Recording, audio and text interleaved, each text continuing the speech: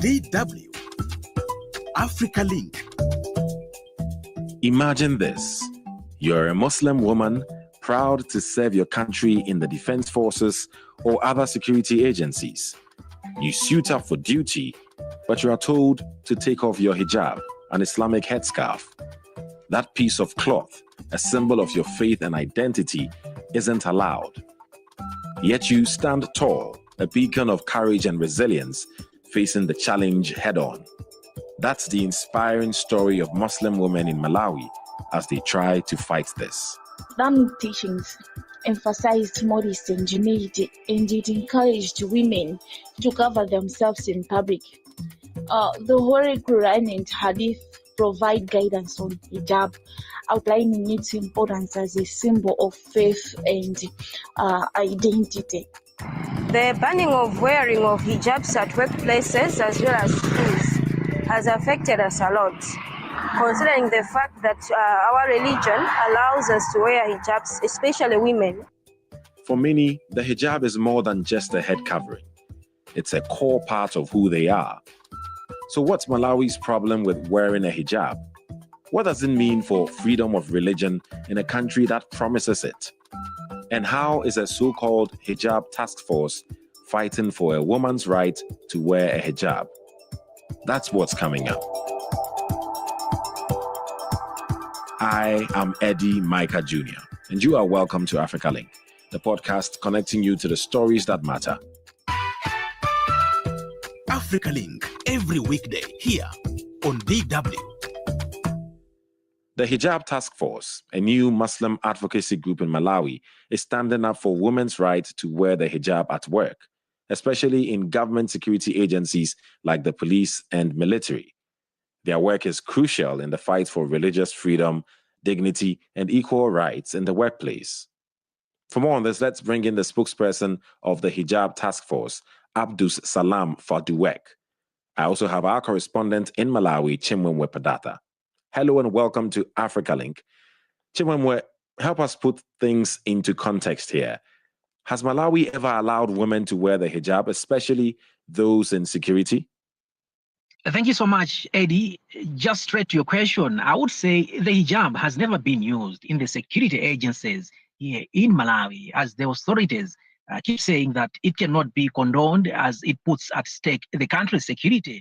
As someone who is working in security agencies cannot be allowed to conceal her identity. So the controversy surrounding the wearing of hijab is a long-standing issue here in Malawi. What is new now is that the Hijab Task Force, which is under the Muslim Association of Malawi, has written the Ministries of Defense and Homeland Security Ministry pushing for the use of hijab, the wearing of hijab among employees in these security agencies to perhaps allow them to wear the hijab. We have also witnessed wrangles in schools. Precisely, these are Christian-run schools that do not allow Muslim women to wear hijabs in class. So I would say the issue of Muslims wearing hijabs has been a point of contention here in Malawi. And also, apart from the security agencies, just to talk about incidents happening in schools, we have seen the closures of schools and even arson attacks when emotions surrounding this issue flare up. I'll give an example of an incident that happened in a district called Machinga, where a Christian-led school was banned by members of the Muslim community, I would say, who were protesting against the banning of students wearing hijabs in school. So that's what I can briefly say, Eddie. How are they explaining that women wearing hijab when working for the police or military is some sort of security risk? What keeps coming out is that the hijab appears to be in conflict with their standards and rules of running the security agencies, because you see that the hijab will cover part of an employee's face. So they are saying that this is not in line with their set regulations. So as an issue that has been there, what keeps coming out is that they cannot allow them to conceal their identity. They have to be easily identified by the public as also someone who is also looking after the security affairs of the nation. So that's what keeps coming out, Eddie. What about these schools you're calling Christian schools that are also deciding not to allow Muslims that attend schools to have their hijab? I mean, do they have the right to just decide what religious sort of apparel can be allowed or not? I would say they wouldn't just decide, because this is also in conflict with rights of these students, because some are forced out of the class. So you would look at the education rights of these students is being infringed upon, because Malawi is mostly considered a Christian nation. So I would say, in many of these schools that are against the use of hijab are run by a Christian association or Christian mother bodies. So it is on one hand in conflict with the rights of these learners, while on the other hand is also in conflict with their religious beliefs. So I would say it's an issue which borders around so many sectors, talking about the education sector, and not forgetting the health sector, because there have also been issues where students in colleges, nursing colleges, are also being barred from practicing in public hospitals because they are wearing hijabs. So it's a cross-cutting issue affecting different sectors, not only the state security agencies. This includes the education sector, the health sector, and many sectors, just to mention but a few, Eddie. You've been covering this for a while and speaking to experts. Is this even legal, what is being done across board in Malawi, preventing Muslim women from basically practicing their religion, wearing the hijab? I wouldn't say it is something which is legal, because there have been human rights bodies who have also spoken against this issue. So it dates back to the past years, because the security agencies that are being mentioned now, the Defense and Homeland Security, I would say that the hijab has never been used. So I don't know if it is an issue. It doesn't come out clear in the laws as to when whether the hijab should be worn or not. But it is an issue just to mention that what the Muslim Hijab Taskforce is pushing for, these two security ministries, Defense and Homeland, to come to a round table and iron out these grievances and agree and come up with proper laws and policies on how this issue can be handled, because they're also pushing for how they can incorporate the hijab in the attire that is worn by employees in the state security agencies. So I would say it's an issue that we are yet to see whether the government will bow down to these demands and incorporate the hijab in this military attire, as it is also being demanded by the Hijab Taskforce under the Muslim Association of Malawi. Right. Thank you very much, Chimwemwe. So let's come straight to you, Abdus. You represent the Hijab Taskforce. You've sent a petition to the Ministries of Defense and Homeland Security. What's in the letter? Thanks so much, Eddie, for having me on the program.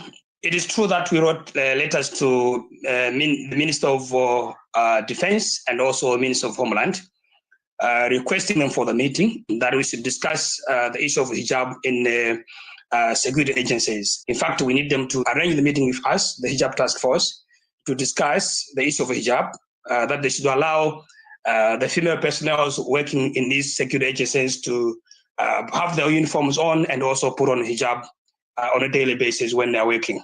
What do you expect to be their response? Malawi is a nation that we all say a law-abiding nation. And for that reason, we expect them to respect that, keeping in mind that it is the Muslim female personnel's right to exercise their religion or belief or conscience, which is enshrined in the constitution of the country. After we got the multi-party system of government, which gives the rights to all the people that are staying in the country. So we expect them to respect that. The only thing that we really expect them to do is to speed up the meeting so that we sit down and discuss ways on how we can incorporate the hijab in the uniforms of the MDF, the Malawi Defense Force, the Malawi police services, the road traffic, the immigration, and also the prison, including the inmates, the female inmates who are in prisons. So basically, we expect them to respect that, and then we move forward as a nation. You're not the first to fight against this. As we heard from our correspondent, Chimwemwe, this has been a long-standing issue. Basically, Malawi has never allowed, especially women in the security sector, to be wearing hijabs. Why do you think you have a chance this time? We don't just think that we got a chance, but we are confident that we are going to make it, and this is going to be allowed. Because, you see, most of the times people think we can ask for our rights. We don't ask for our rights. We demand for our rights. So the fact that Malawi accepted people to exercise their rights and put them in the constitution, we've got the right to demand to the authorities. So as Hijab Taskforce, we are confident that we are going to go through this and make it, and then it won't even bring problems. We are not going to accept any oppression to the Muslim female who are working in the security agencies from any authority. Should there be people, a certain organ of government that is going to try to oppress or maybe intimidate the Muslim female personnel working in these security agencies, of course, this is a law-abiding country. We're going to push the issue to the extent that we're going to take the legal actions against whoever is going to be infringing these rights to the Muslim female personnel. So yes, we are confident that this is going to go through without even issues, because what we're going to be doing is just respecting and promoting the rights which we all agreed in 1992 when we voted for referendum change in the country. Are you fighting for all women to have the right to wear their hijab wherever they are working, or you're fighting mainly for those working with the security agencies? We are fighting for all the women in the country. I can just give you a simple example. We had a student who was studying nursing at one of the colleges in the country, and he was sent to one of the hospitals to for her practical, or you call it a practical work, whatever. And she was putting the hijab on a daily basis, and she wasn't allowed. But then she contacted us, and we took up the issue with the authorities. This is one of the hospitals, we call it Mulibwanji Hospital in Mangochi. And we went there, we asked them what is happening. They said, no, we can't allow hijab. This is not an Islamic institution. We said, no, but this is Malawi. So we fought for her. And as I'm talking to you, she did complete her training there with the hijab on. So the point is, we are fighting for all the women in Malawi, in all sectors, to put on hijab, be it in schools, be it in security agencies, or even at work. You call it the banks, even in other companies, where private companies, that is. So in a simple term, we are fighting for all the women, Muslim females in the country to put on the hijab, because our mandate is to protect and promote the right to religion of the Muslim female in the country. Does it come as surprising to you, Abdus, when some Christian schools are preventing Muslim girls from attending school with the hijab? One would have thought that, Malawi has a good cohesion between, Islam and Christianity. So what's going on there? I'm not surprised. In fact, being a citizen of this country, I know what is going on in the country. Just for your information, I would be honest with you that even the listeners should also understand that in this country, some non-Muslims or some Christians, they take Muslims as second citizens. Some even think this is a Christian country, but this is a secular state where everyone lives in this country has the right. So I'm not surprised, because even the issues of them rejecting hijab in the schools that they claim to be theirs, which I'm saying they're not their schools. Most of these schools that they're saying they belong to them, they're not their schools, they're public schools. And even their ownership of the schools, the ownership of the schools is questionable.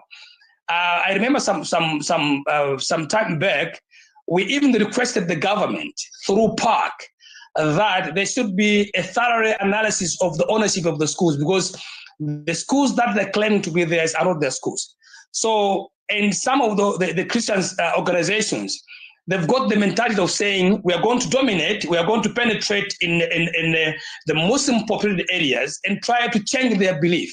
And some of them, they think that should a Muslim female learner or a Muslim female put on the hijab in their territory, which they claim to be, it means most of them, maybe they're going to join Islam, which is contrary. So bottom line, we are not surprised because we know there has been underground tactics just to try and manipulate or intimidate the Muslims in the country. If you check the eastern part of Malawi, you'll find that that area is even the area that we had more issues to do with the hijab in the schools, which they claim to be theirs. But in fact, they're not their schools. If you talk of the land ownership, it was given by the chiefs. Why? The chiefs believed in education, that no, let's give them the land to them to build schools so that our people can get access to education. And that is quality education. Now, what did they do? They would grab the land, build a school, and then change everything to say, this is our school, we don't allow this and that. Certain schools, if you go deep and do the research, you will find that these schools are government schools. They were built by the community, that means the public school, and then the government came in to help, to assist in terms of infrastructure, in terms of the materials to be used, even paying the teachers. In the end, you'll find that these people are going to come in as appropriators and then change things to say, this is our school. Yet, they don't even pay one teacher his wages, or we call it salary. I mean, that's every month.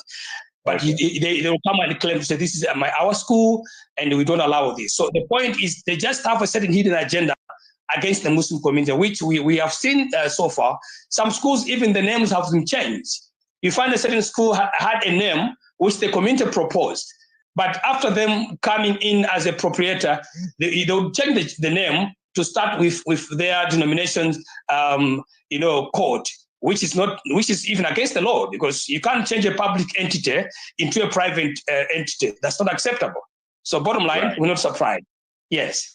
I'll be honest, I was a little bit surprised. But let me come to you, Chimwemwe. Is that somehow what is contributing to all of this, that because Christians are in the majority in Malawi, the Muslims somehow are not treated equally and fairly as citizens of the country, Chimwemwe? I wouldn't say that is contributing to this issue, but what I would agree with you, Eddie, is that Muslims are spread in almost all parts of the country. You would find mosques in the central region, the northern part of Malawi, and even the southern region. But talking about the numbers, Christianity appears to be the most common religion in Malawi. But what I think is that a misunderstanding of people of how to live in harmony with people of different religions. But fortunately enough, the majority of Malawians live and work together in harmony despite these religious differences. But what I would say, an overall picture is that Christians and Muslims live in harmony despite some pockets of wrangles. The general picture is that people of different religions beliefs coexist. And like I would say, churches and mosques sometimes are built just next to each other. So it's just a misunderstanding of how best we can live together as a nation. Right. That's definitely good to know. So back to the matter, while we're talking about all of this, many Muslim women, if not all of them, are not able to practice their religion by wearing the hijab because the bosses are telling them, hey, do not wear the hijab. A lot of different groups, rights groups, including, of course, the Hijab Taskforce, they are trying to fight this. Over the decades, over the many years, people have been trying to fight it. It hasn't worked out. How confident are you, Chimwemwe, that this time the government will take things seriously? Are there any signs to suggest that? Right now, Eddie, I cannot speculate whether the government will give in to these demands, as talks are still ongoing between the two sides. We heard from the Hijab Task Force that they are yet to get a response from the government on this letter that they sent to the two ministries. So just to mention that the Muslim Hijab Task Force wrote the two ministries with hope that their demands will be met. But previously, we have seen the government agreeing that Muslims should start putting on their hijabs on driving licenses. This was also a long-standing issue, just to say, as now the push to allow women to wear hijabs in security agencies. And we are yet to see how this issue will be handled by the government and how they will respond to the demands by the Muslim Hijab Task Force. Right. Abdus, let me come to you as we wrap this up. You have, just as a reminder, you've written to the Ministries of Defense and Homeland Security. When do you expect a response, and what's your timeline of operating to really deal with this matter? Okay, first of all, I need you to understand that we are not doing this just to fight government agencies, but we just want to make sure that we're together in protecting people's rights in so many areas. So after sending them the letters on 15th July, of course, we give them a week just to, in the office, they can have time to discuss and all that. We'll start following up the issue. And if we see the delays, there are delays that are understandable and certain delays are not understandable. If we see the delays, then we're going to take the issue up in a different way. Legally, that is. We're not going to allow them drag the issue because of certain people's like mindset to say, no, why do they demand this? Just for your information, in Malawi, nurses used not to wear hijab while working in hospitals, public hospitals. As we speak, they do. We've got also, Timom has mentioned about driver's license, the passport as well, the national IDs as well, the female student in the schools as well, they're now putting on hijab, although we have some challenges. So bottom line, we will start following up the issue, asking them how far it is. If we see the delays, of course, we'll take the issue up. And when we say we take the issue up, that is legally. We are Malawians. We are also the first citizens of this country. And we're not going to allow anybody to intimidate a Muslim female learner, a Muslim female woman while we watch. We won't do that. We are going to protect them. By all means, that's legal. So yes, we will follow up the issue and then see what happens moving forward. Many thanks, Abdus Salam Faduwek, spokesperson of the Hijab Task Force. Also, thanks to you, Chimwemwe Padata, DW correspondent in Malawi.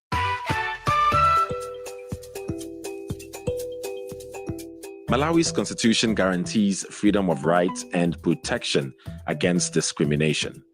And that's what the petition cites as grounds for demanding approval of hijab wearing in public institutions. We spoke to some women in Malawi to get their thoughts on the issue. Islamic teachings emphasized modesty and humility, and it encouraged women to cover themselves in public. The Holy Quran and Hadith provide guidance on hijab, outlining its importance as a symbol of faith and identity.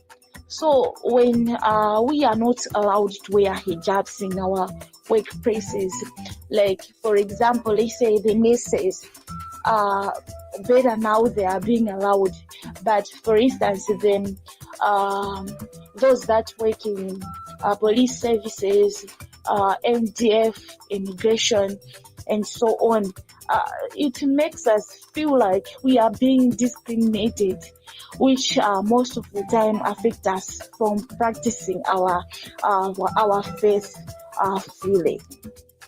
The banning of wearing of hijabs at workplaces as well as schools has affected us a lot, considering the fact that our religion allows us to wear hijabs, especially women, to wear hijabs at school or even at work.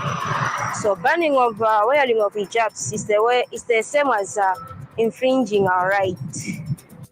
The government and security agencies often cite the need for standard uniforms to maintain discipline, security, and identification. But rights groups are not buying it. Similar debates have occurred in other African countries and even worldwide.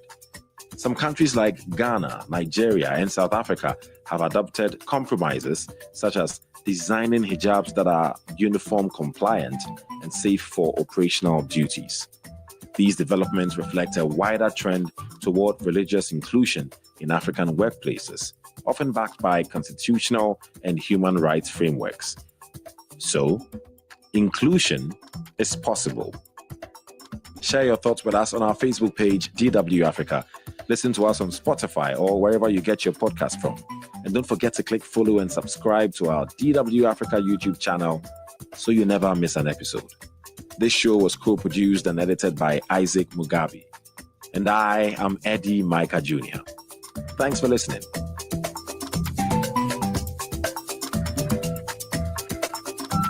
DW. Made for minds.